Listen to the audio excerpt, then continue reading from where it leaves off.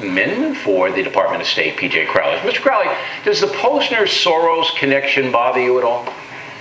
Not at all. But let me tell you what Mike Posner did last week. Wait. Bill? We got plenty of time with Bill? you. So let's do the Posner-Soros deal first. George Soros, you know him, big billionaire, big contributor. In fact, you did a fellow at one of his Center for American Progress, so you know him. And he's an open border guy. Okay? Posner is paid by him for years. And then you guys hire Posner in September of last year to work on big things like Chinese human rights. I'm a little worried. Should I not be worried? You should not be worried. Mike Posner is pursuing the national interest and doing exactly what the American people would want him to do. Let me give you two examples of what Mike... Is the national interest the same as George Soros' interest? Are they the same? Interest, Bill, there are two things that Mike Posner did last week with the Chinese. He took the delegation to a Catholic Charities Center here in Washington, D.C., where Theodore McCarrick, a distinguished cardinal here in Washington, he showed them what faith-based organizations do in our society and stressed the importance of freedom of religion. Mike Posner took the delegation to the Supreme Court, where Sandra Day O'Connor showed them the importance of an independent judiciary and the rule of law. And she challenged the Chinese delegation about disbarring lawyers who represent human rights cases. So we gave them a lengthy list of prisoners whom we have concerns about, who have been intimidated and imprisoned. We had this meeting expressly because the Chinese record on human rights is very, very poor. Okay, and that's all swell, and I'm not saying that in a negative way, all right? So those good things.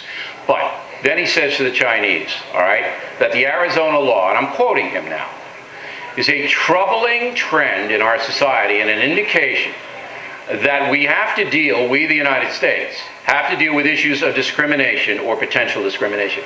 That's ridiculous. That is a ridiculous statement made to the Chinese by a Department of State official, a high-ranking one. Because Posner doesn't know whether there's going to be discrimination. He doesn't know. He's speculating. And number two, why bring it up at all in the face of really horrendous human rights violations going on in China? It just is absurd that the man said that. Is it not? Well, let me tell you what actually Mike Posner told the Chinese. That's what he told them. Come on, PJ, that's what he said to them.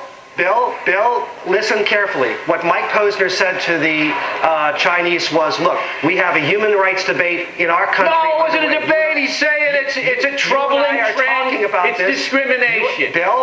Bill, you and I are talking about this as part of this debate. He offered no moral equivalence between what happens in China and what happens in the United States. He made clear that the Chinese record on human rights is poor. What he was saying was that we are debating and will resolve the issue like the Arizona law, as part of a transparent legal process. He editorialized. That's where he went wrong. Bill, he editorialized. Bill, you know who else brought up the Arizona law? Sandra Day O'Connor, resident of Arizona. She doesn't work for the federal government, PJ. She's not working for Hillary Clinton. And where is Hillary Clinton? She's one of the most distinguished. What is Hillary Clinton? What does the Secretary of State think? What does the Secretary of State think about what Posner said about the discrimination part of the Arizona law?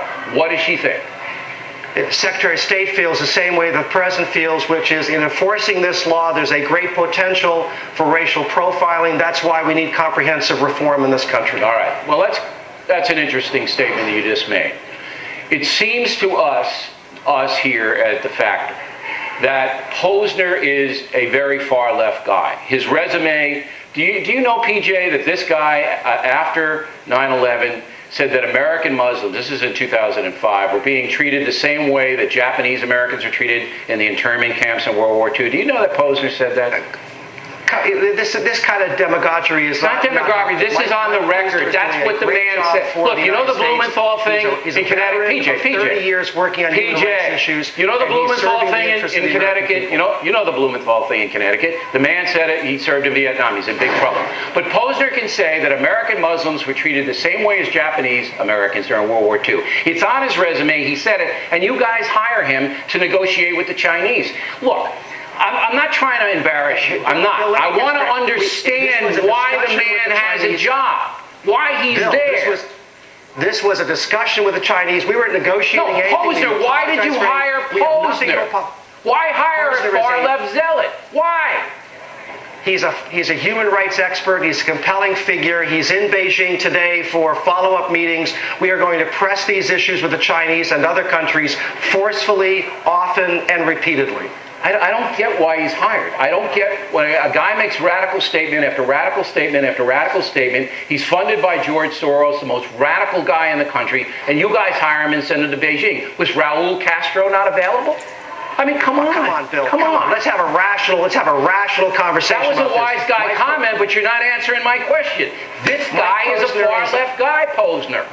This guy is a human rights expert and a compelling advocate for human rights, not only around the world, but also in the United States. All right. PJ, you're a stand-up guy for coming in and taking a fire. You are a stand-up guy. Okay, Bill. And I appreciate it. Thank you very much. All right.